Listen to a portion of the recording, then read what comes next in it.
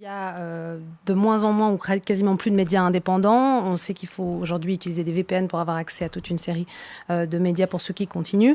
Si vous parlez de ce qu'on voit à la télévision, donc c'est-à-dire là où la propagande s'exprime de la manière la plus claire, parce que les journaux qui continuent d'écrire et qui continuent de pouvoir être publiés sans être censurés, eux ne parlent plus de toute une série de choses et sont aussi un peu pris dans la rhétorique du pouvoir. Mais si vous parlez plus fondamentalement de la télévision. J'ai par exemple, je peux vous citer un exemple, je regardais les journaux télévisés, Pierre Canal, donc la première chaîne, c'était le 1er avril.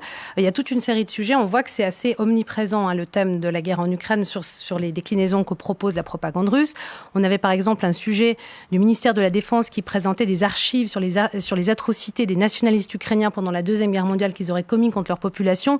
La présentatrice disait par exemple que la cruauté de ces nationalistes ukrainiens a même étonné les nazis allemands, donc on voit un petit peu l'ampleur aussi de la manière dont ils le présentent. Suivait un reportage qui parlait des localités libérées par les Russes dans l'est de l'Ukraine où on a trouvé des traces de drogue utilisées par les militaires ukrainiens, et un autre sujet juste après sur les sanctions à l'égard de la Russie, ou en tout cas dans le domaine culturel, où l'académie de danse Vaganova à Saint-Pétersbourg était exclue du prix de Lausanne. On voyait une lettre quelques secondes à l'écran qui avait été envoyée par le prix de Lausanne qui disait qu'il n'y avait plus de collaboration entre les institutions qui étaient possibles, mais que les élèves individuellement pourraient être acceptés.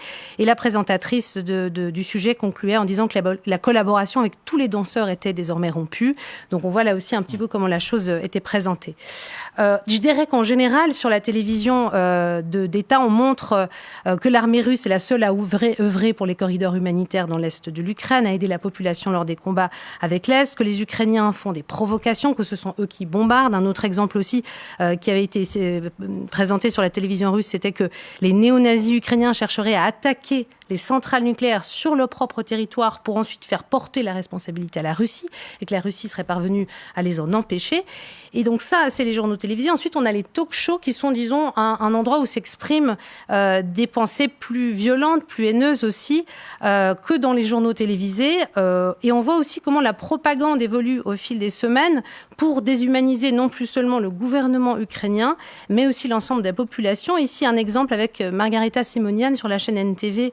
C'était il y a quelques jours, c'est la rédactrice en chef de RT et Sputnik. Malheureusement, avec effroi, avec une stupeur qui nous laisse muets, on voit qu'une partie considérable du peuple ukrainien, bien sûr pas tous, et j'espère peut-être même pas la majorité, mais une partie importante sont gagnés par cette folie du nazisme. Quelle est l'ampleur du phénomène? Moi aussi, je pensais au départ qu'ils n'étaient que quelques-uns. Moi non plus, je n'aurais pas pu imaginer qu'il y en avait autant, que ce serait la force principale de l'Ukraine actuelle.